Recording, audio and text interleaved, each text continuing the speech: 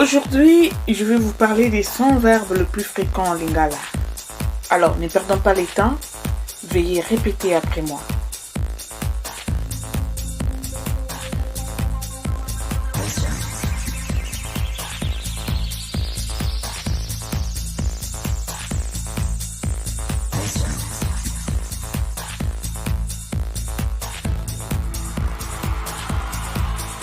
Kozala, kozalana, koseka, kokosa, kokota, kokufa, kokumba, kokaba.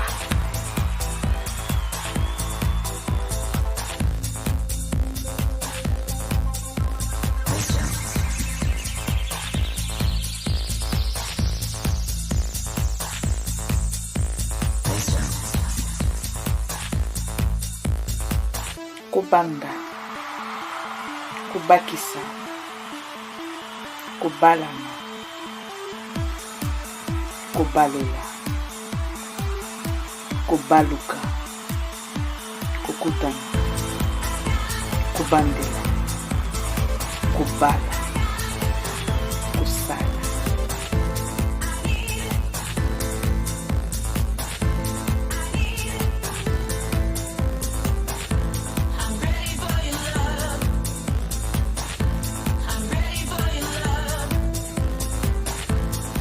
Kobomba, kobombama, kosambela,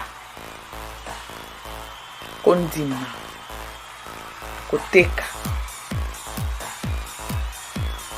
koloba, koboma, komema.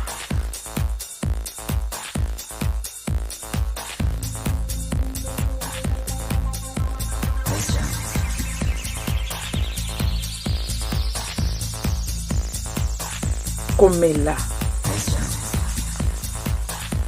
kotumba, kolala,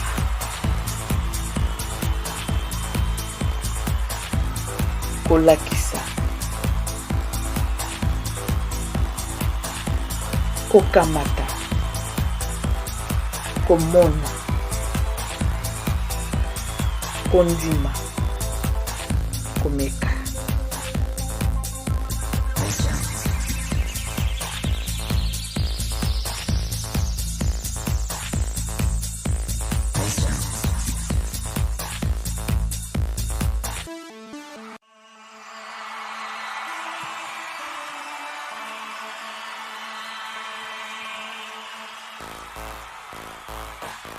Kobima, kotonga, kokokisa, kobina, kobokola, kotika, kokausa, kolokota.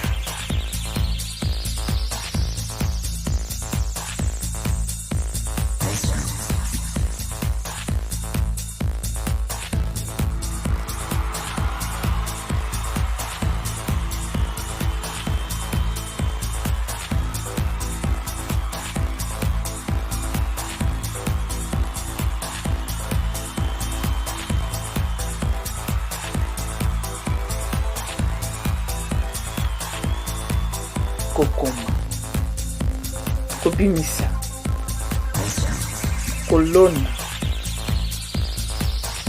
kokeba, kokima,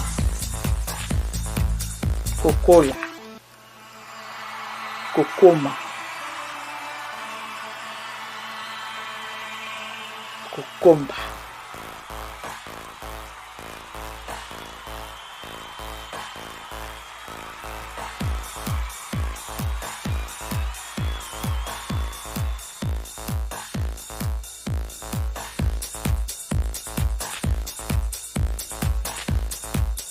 Kolonga, kobela, kobongisa, kobongola, kobelela, kobeta, kobika.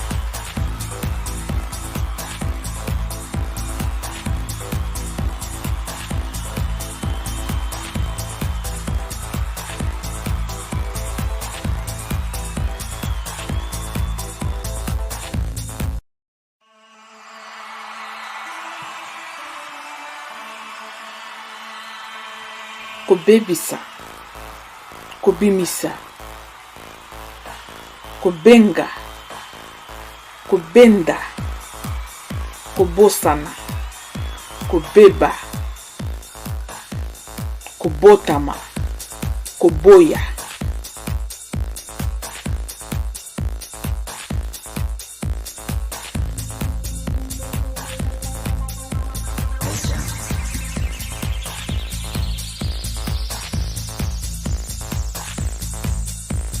Kobunga, kobungisa, kobwaka, kobunda, kofinga, kofungola, kofuta, kokabwana.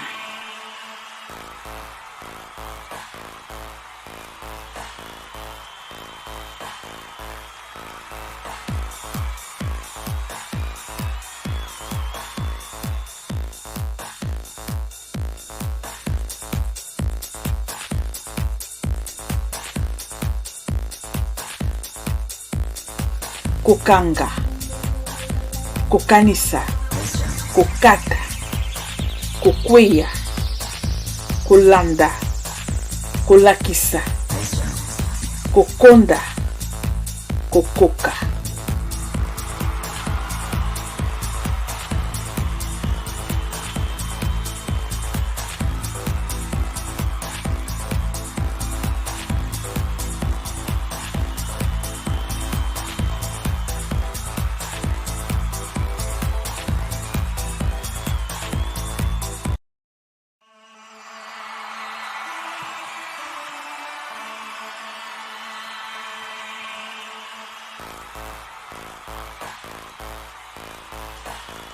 Kolinga, kolamba, kokunda, kokuta, kolangwa, kolela, kolaka, kolimbola.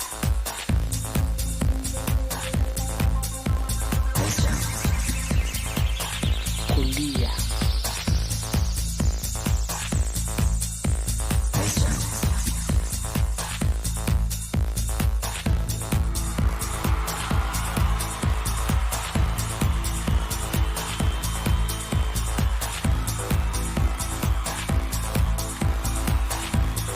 Kokutana, komata, kotinda, kokela, kokende, kokita, kolala, koleka.